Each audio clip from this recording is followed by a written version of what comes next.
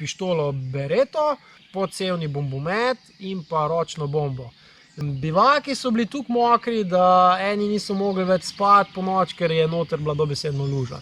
Midva smo pa mogla pol iti v bistvu mimo, ponovadi tako, da oni, ki so v zasedi, gladko popokajo napadalce. Ampak tukaj zdaj se je še enkrat lepo pokazalo, v bistvu, kako recimo majhni detajlčki lahko vplivajo na to, da ti razkrinkaš nekoga ali pa ne. In to se je tudi zdaj zgodilo.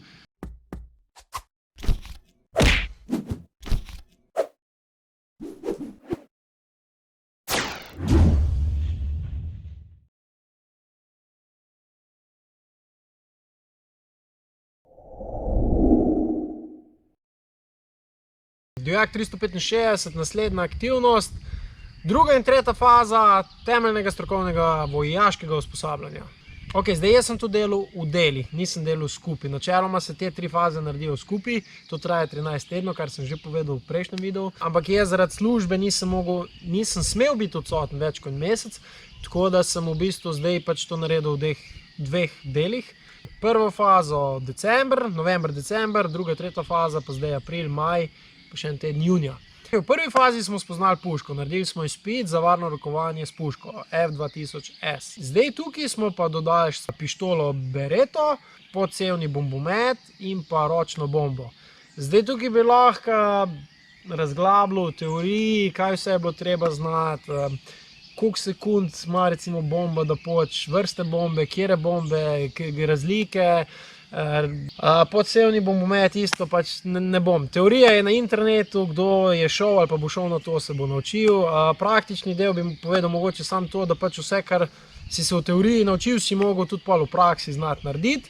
Pa ne samo narediti, ampak tudi na izpitu pokazati. Tako da inštruktorji so bili kar strogi, sploh kar se tiče varnosti, da nisi meril tam, kamor ne bilo treba, da si naredil vse tako, ko ima za biti in to je to.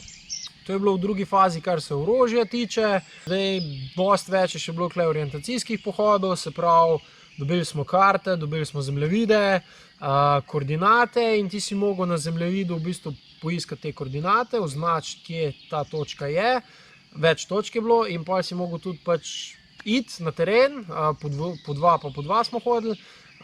Seveda, da ni bilo prelahko, smo dobili ta velike rukzake, nafilani so mogli biti do konca, smo tudi vedno imeli pregled opreme, da je bila vsa oprema noter zdevana in pol si šel. Tisti rukzak je imel 15 kg, mislim, tako na palc, čeprav včasih se mi je zdaj težje.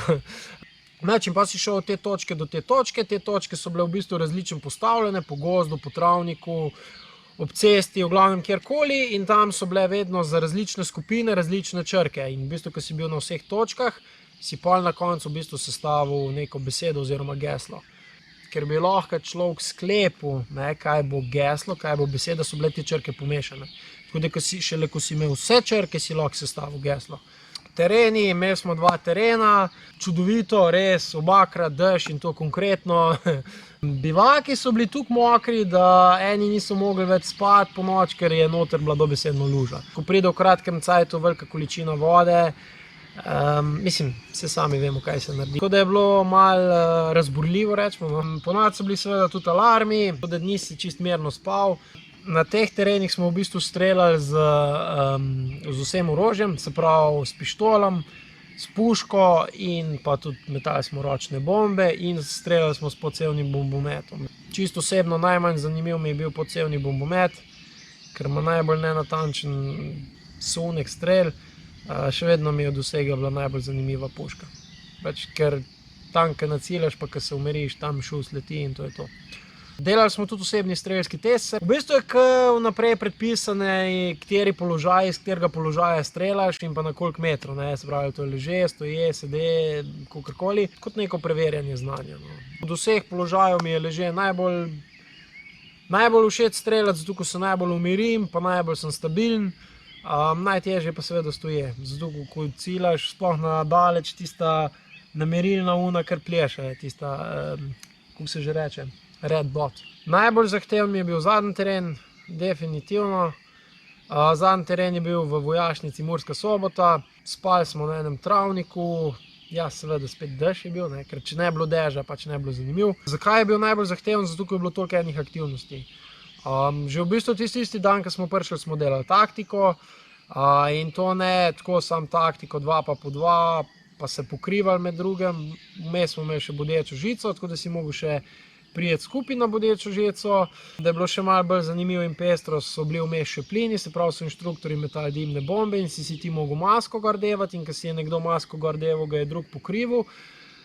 In pol izmenično sta se spet premikala naprej in pa na drugi strani si spet masko mogel dol dati, pa prije do napadalca nesposobnega pregledati, če je res mrtev, tako naprej, tako nazaj. No, to je bil tisti dan. Tisti večer smo mogli pol še ogenj zakuriti, pa luknjo skopati za ogenj, bivake postaviti na travniku, požarno stražo smo mogli imeti. Skratka, vse, kar spada kle zraven, ne bom vseh detajlov našteval. In pol po noč seveda je bil alarm, so nas prišli inštruktorji presenetiti. A če smo v prvi fazi samo mogli se sred noči zbuditi, pa iti v položaj, pa drugega pokriti. No, smo pa zdaj tukaj mogli prekleto, pametno, pa dobro odreagirati, zaradi tega, ker sta nas napadla 2 inštruktorja, ki sta se ful premikala, pa drugega pokrivala. Tako da je bilo kar zahtevno. Tukaj sem recimo naredil eno ključno napako. Je bila ta, da je na levi strani sem videl nekoga v temi, pač to je bila čista tema, lučke nisi smel uporabljati. Koliko se je od lune svetlil. Jaz sem bil gor na hribu in sem videl in sem mislil, da je en od naših. In ker nisem zvečer, nismo dosti jasno dorekli, kdo bo na moji levi, kdo kje kaj ima. In sem videl nekoga, ki leži dol in pač sem bil tako, ok, ne bom streljal, pač en od mojih je. Pa so pa tisti 3 prišli ven iz gozda in sem videl, da je v bistvu tisti bil nasprotnik, je bil en od inštruktorjev. Če je bilo to realni metki in vse in realna vojna, bi jaz bil najbrž mrtev, oziroma ali pa oni 3, ali pa vsi. Je pa res, da ob 2 zjutraj kar se zrihtati v minuti pa pol, je tako, rečemo, kanček presenečenja. No, pa naslednji dan smo imeli v bistvu vso to preverjanje. Najprej smo šli spet taktiko, čez poligon, isto kot prejšnji dan, ko smo trenirali z maskom, bodeča žica, pokrivanje.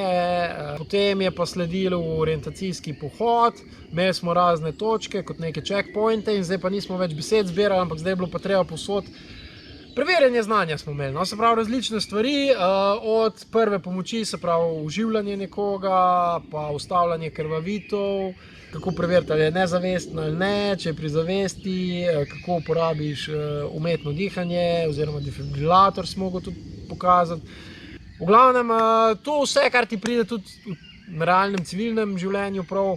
Pa smo imeli še radijske zveze, se pravi na eni točki si mogel vzpostaviti radijsko zvezo, stavljanje puške, poimenovanje njenih delov, to je bila ena 3. točka. Na 4. si mogel en žig pobrati, pa si se pa vrnil nazaj. Imel pa še prižiganje vžigalne vrvice, se pravi, če bi kdaj se kakšna bomba kje nastavljala, pa met ročne bombe spet, pa je bilo to. Ja, naslednji dan nas je pa pol čakal pa pohod do strelišča, kjer smo v bistvu pol še streljali. To je bilo pa 15 km. 15 km je bil pa neprebojni jopič, pa nahrbtnik.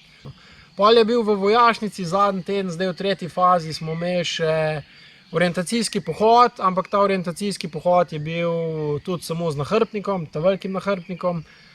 Je bil pa 15 km, pa smo imeli kosilo, pol pa še 5 km, tako da smo dejansko 20 km prehodili takrat. Pa smo šli še v Vipavo, v vojašnico Vipava. Tam smo pa vedeli, da bo tudi alarm po noč in res je bil, tako kot tudi na Bloški policiji. Ampak nismo pa vedeli, da bomo ob 3 zjutraj rabili hoditi ne vem koliko kilometrov, ampak ob 3 zjutraj smo hodili kar precej časa in to ob avtocesti in ko se avti mimo vozijo, pa čista tema je tako, jaz sem vmes kar mislil, da sem v neki igrci, neki da sanjam, kar tako, skozi se ponavlja, tako čudno, ful čudno je bilo. Pa navodilo, da so ugrabili 2 naše sovojakinje, no in je bila naloga, da jo poiščemo in da jih pa znosili nazaj prinesemo. Na srečo ni bilo treba nesti celo pot nazaj, ampak samo en del poti. S tem nam je inštruktor pokazal v bistvu, da koliko se enota upočasni, pa koliko težje rata, ko imaš ranjene ljudi enkrat. V bistvu ti rabiš minimalno 2, optimalno 4 človeke za to, da nese enega poškodovanega na nosilih. Pa še to smo se skozi menjavali, tako da je kar, mislim, da je nekdo rekel pol na koncu, da je enota nesposobna za normalno delovanje ali nekaj takega. S tem bi se kar strinjal. Ampak tisti sred noči ne vem, mi je bilo kar mučno. Sploh, ko smo šli v eno smer, ker smo vedeli, da bomo mogli še nazaj politi. Taktike je bilo ogromno. Če smo v prvi fazi delali enkrat, dvakrat, je bilo zdaj tukaj pač, ne vem, v bistvu bi lahko rekel skoraj vsak teden. Ena še najtežja stvar, ki je bilo čiščenje orožja po streljanju in smo mogli orožje čisto razstaviti pa ščistiti in potem so inštruktorji šli pogledati in so tako, mislim, da smo dobili po 20 enot, torej kazni, ali so to z izklece, počepi ali pač se pretvoril plenk, za vsak neočiščen del na puški. Puška je mogla biti razstavljena in tako pri vsakem je bilo v povprečju po 5 neočiščenih stvari. Krat 13 ljudi ali 12 ali koliko nas je bilo. In smo samo v eni rundi pred kosilom čez 500, ne vem, sklec, počepov, vsega. In pa po kosilu smo spet čistili in pol je bilo spet kazni. In pol je bilo pa tako boljše, da smo bili recimo v povprečju po 3 neočiščene stvari. Pa pol spet po 3, po 2. Tako, v glavnem, tisti dan smo naredili čez 1000 počepov, pa sklec, pa plenka. No, tako da, takrat sem bil tudi zelo ubit. No. Zdaj, pisal sem tudi dnevnik, vsak večer sem napisal en povzetek dneva, kaj se je dogajalo, kaj smo tisti dan počeli. Ampak to imam za sebe, to imam privat, shranjeno. Tako se, če kdo hoče osebno, tako mu pokažem, nič tazga. Nekih drugih detajlov niti ne bi razlagal, mislim, da so bile to neke ključne stvari pa zanimivosti. Ok, od vseh stvari bi mogoče opisal še eno zanimivo stvar.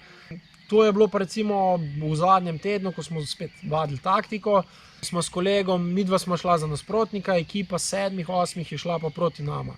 In ponovadi je tiskaj nasprotnik, se enkrat premakne nazaj, pa relativno ima lahko nalogo. Zakamuflira se, čaka in ko pride dosti blizu, strela po vseh njih. Ne. No, zdaj je bilo pa drugače. Se nismo spočila. Ampak smo jih v bistvu presenetila, smo takoj na začetku gozda čakala, ko so oni že po travniku šli, smo mi da začela pokati po njih. Šlo je pa tako, da v bistvu, ko je on streljal, sem jaz čakal in pol je on se začel umikati nazaj in sem jaz streljal. In pol je on streljal, medtem ko sem se jaz umikal nazaj, tako da smo se v bistvu skozi pokrivala. Zdaj to umikanje je tako, ne, zdaj kot zanimivost, ne, čeprav si misliš, vse je enostavno.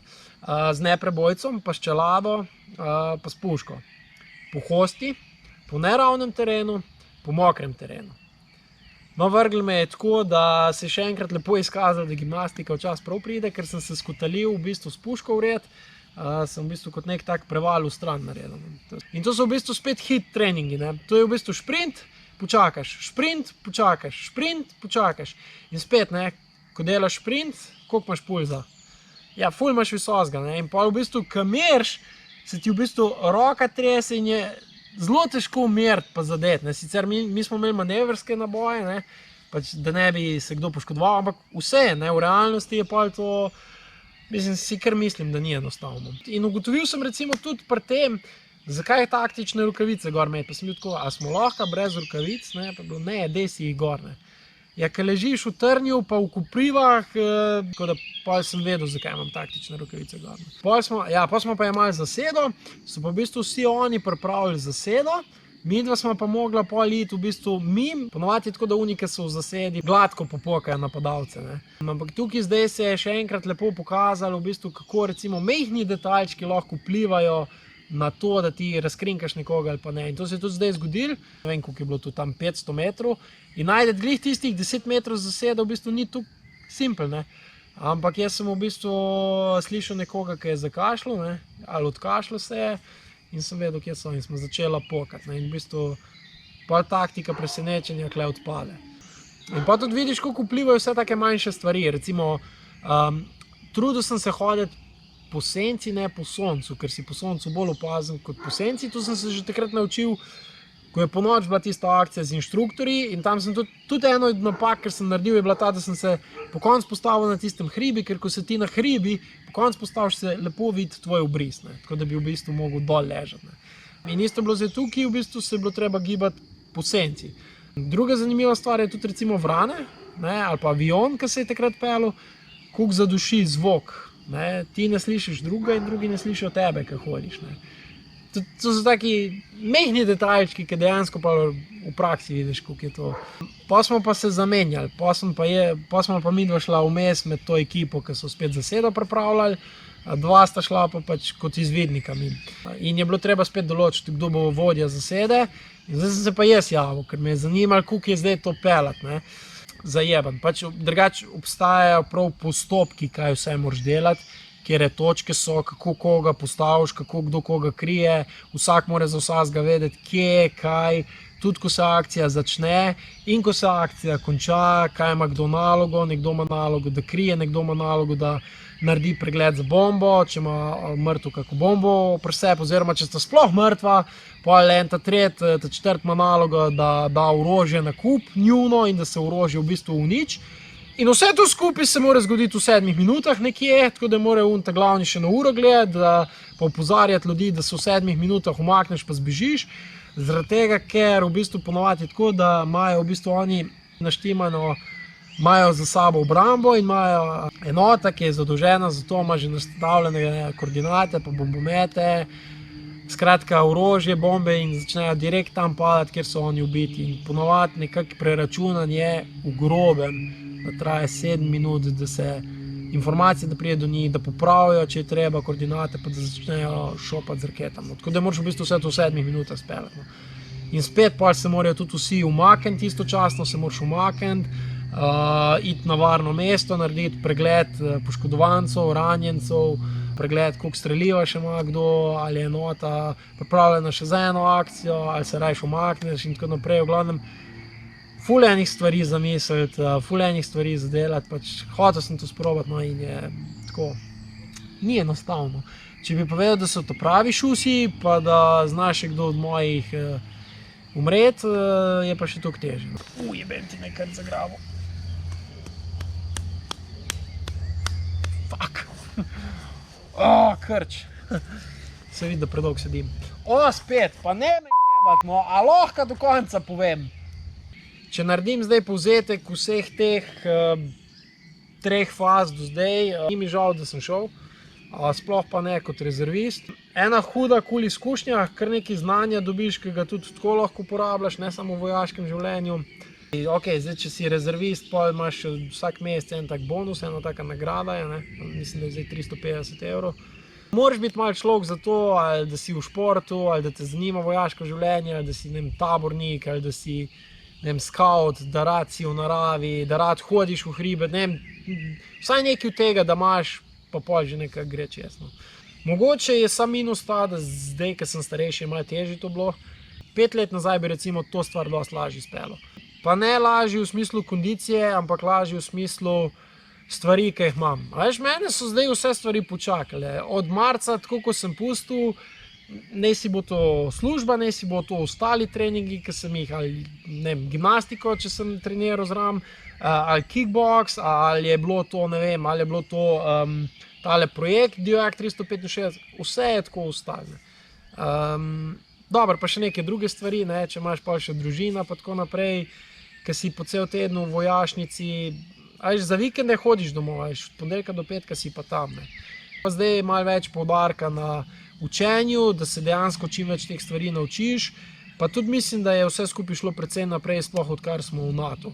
Zato, ko tudi inštruktorji nam veliko stvari povejo, kako NATO funkcionira, kaj moramo znati, kaj se dogaja, tudi vojna, Rusija, Ukrajina, smo gledali posnetke, kaj se tam dogaja, realne, tudi, ker, ne vem, tank zapelje na mino, ker človek stopi na mino, razne stvari, zasede, ki so bile, mislim, da smo gledali posnetke Izrael, Palestina, pa to zdaj, ki imajo v bistvu vojaki kar te GoProjke gor in dejansko vidiš stvari realno in je pač drugačne. In tudi NATO ima neka usposabljanja, na katere hodijo nekateri naši inštruktorji in pač pol vse te informacije in znanje, ki ga oni tam dobijo, ga pol v bistvu prenesejo na nas. Tako da inštruktorji bravo. Tako kot sem v bistvu rekel že pri prejšnjem poročilu, sploh mlajše generacije, mislim, da bi to bilo res koristno za vse. Za njih, za posameznike in za družbo. Unim, ki so malo preveč samozavestni, se mi zdi, da jim malo vzamejo samozavesti, unim, ki so pa premalo, pa dobijo samozavest upravičeno, ker jo dobijo s treningom, znanjem in tako naprej in tako nazaj. Tako da,